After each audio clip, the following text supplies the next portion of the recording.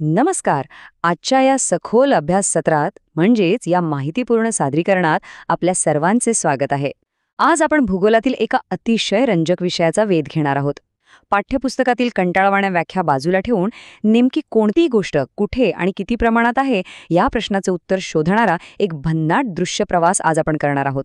हे सादरीकरण वितरणाचे नकाशे आणि भौगोलिक क्षेत्रभेटीच्या संकल्पना इतक्या सोप्या भाषेत उलगडून दाखवेल की भूगोलाकडे पाहण्याचा आपला दृष्टिकोन कायमचा बदलून जाईल. आजचा आपला हा अभ्यास अतिशय मुद्देसूद असणार आहे. आपण प्रामुख्याने 5 टप्पे पाहणार आहोत. 1. वितरणाचे नकाशे म्हणजे काय. 2. नकाशांचे 3 मुख्य प्रकार. 3.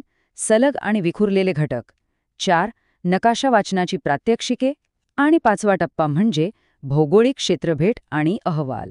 चला तर मग लगेचच सुरुवात करूया. भाग 1. वितरणाचे नकाशे म्हणजे काय.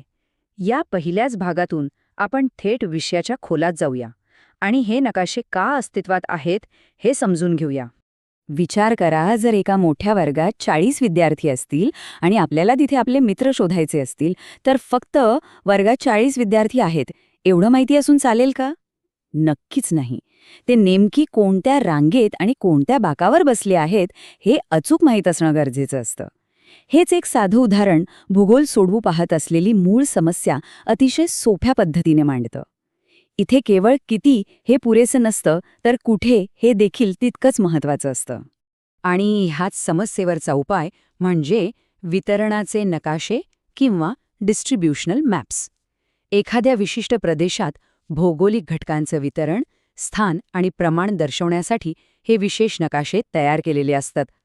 रोजच्या वापरातील नकाशांवर आपल्याला रस्ते किंवा इमारती दिसतात, पण हे वितरणाचे नकाशे लोकसंख्या, पाऊस किंवा पिकांचे उत्पादन यांसारखी आकडेवारी प्रत्यक्ष नकाशावर मांडून दाखवतात. म्हणजेच काय, कुठे आणि किती या प्रश्नांची थेट दृश्य उत्तरे आपल्याला यातून मिळतात.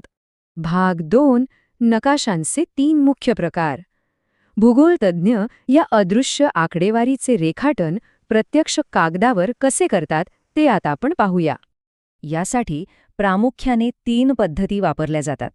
पहिली ठिपक्यांची पद्धत, दुसरी रंगछटांची पद्धत आणि तिसरी समघनी पद्धत.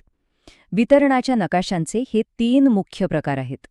पण केवळ ही नावे पाठ करण्यापेक्षा या प्रत्येकामागील अतिशय सोपे आणि प्रभावी तर्कशास्त्र आपण समजून घेणार आहोत. आता या पद्धती क्षणात लक्षात ठेवण्याची एक भन्नाट युक्ती पाहूया. याला आपण DCI ट्रिक म्हणू शकतो. डी म्हणजे डॉट्स अर्थात ठिपक्यांची पद्धत, जिथे लोकसंख्या किंवा पशुधन मोजले जाते. सी म्हणजे कलर्स अर्थात रंगांच्या छटा, जिथे लोकसंख्येची घनता दर्शवली जाते. आणि आय म्हणजे आयसोलाइन्स म्हणजेच समान मूल्यांच्या रेषा, जिथे पर्जन्यमान किंवा तापमानासारखे घटक दाखवले जातात. हे साधं सूत्र लक्षात ठेवलं की कोणताही नकाशा ओळखणं अगदी सेकंदाचं काम होऊन जातं. भाग 3. सलग आणि विखुरलेले घटक.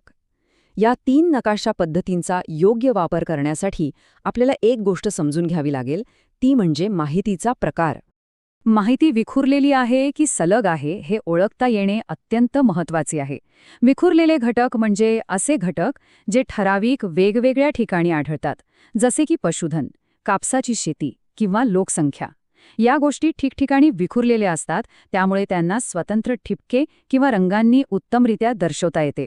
याउलट सलग घटक म्हणजे एखाद्या प्रदेशात हळूहळू आणि सलगपणे बदलणारे घटक, जसे की तापमान, पर्जन्यमान किंवा उंची.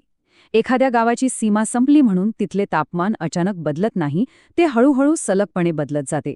अशा घटकांसाठी ठिपके न वापरता त्यांना जोडणाऱ्या सलग रेषांची आवश्यकता असते. मग आता एक विचार करूया. समजा आपल्याला संपूर्ण महाराष्ट्रातील अचूक तापमान दर्शवायचे आहे, तर आपण कोणती पद्धत निवडू?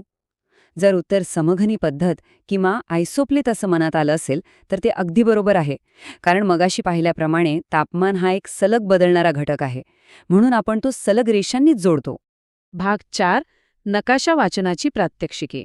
आता प्रत्यक्ष उदाहरणे घेऊन या नकाशांमधून अचूक माहिती कशी मिळवायची ते आपण पाहूया. अमरावती जिल्ह्याच्या ग्रामीण भागातील लोकसंख्येचा ठिपक्यांचा नकाशा पाहताना 10,000 हा आकडा अतिशय महत्त्वाचा ठरतो. इथे एक ठिपका म्हणजे एक माणूस नसून त्या एका ठिपक्याचे मूल्य पूर्वनिर्धारित 10,000 लोक इतके असू शकते. असं का?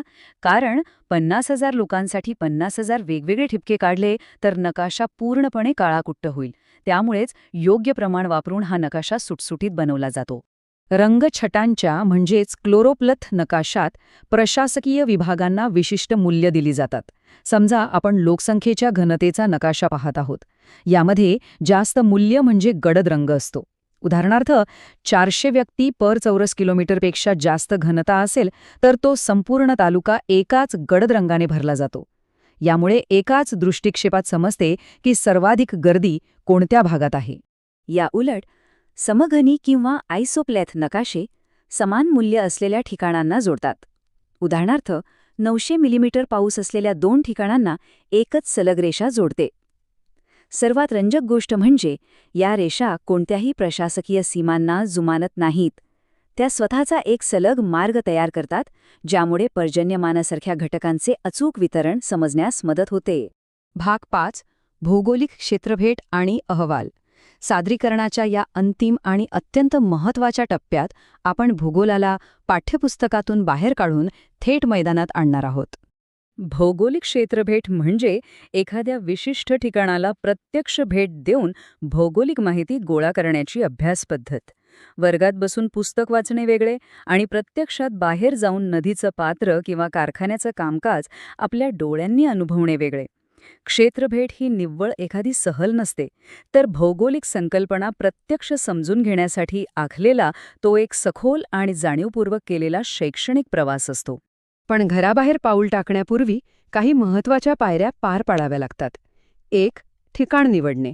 2. भेटीचा विशिष्ट उद्देश ठरवणे. 3. आवश्यक परवानग्या मिळवणे. आणि 4. साहित्याची तयारी करणे. या पायऱ्या क्रमाने पाळल्या तरच क्षेत्रभेट खऱ्या अर्थाने यशस्वी, सुरक्षित आणि ज्ञानवर्धक ठरते. निघण्यापूर्वी बॅगेत नोंदवही, पेन, नकाशा, होकायंत्र, मोजपट्टी, कॅमेरा, नमुना पिशवी आणि प्रथमोपचार पेटी या गोष्टी असणे अत्यावश्यक आहे.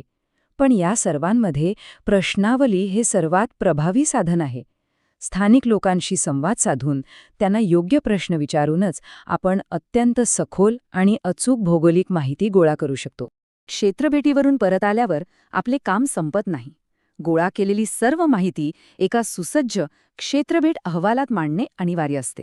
यामध्ये प्रस्तावना, नकाशा, प्राकृतिक रचना आणि भूमी उपयोजन यातून माहिती मांडत शेवटी तिथल्या पर्यावरणीय समस्या आणि आपला अंतिम निष्कर्ष जोडला जातो.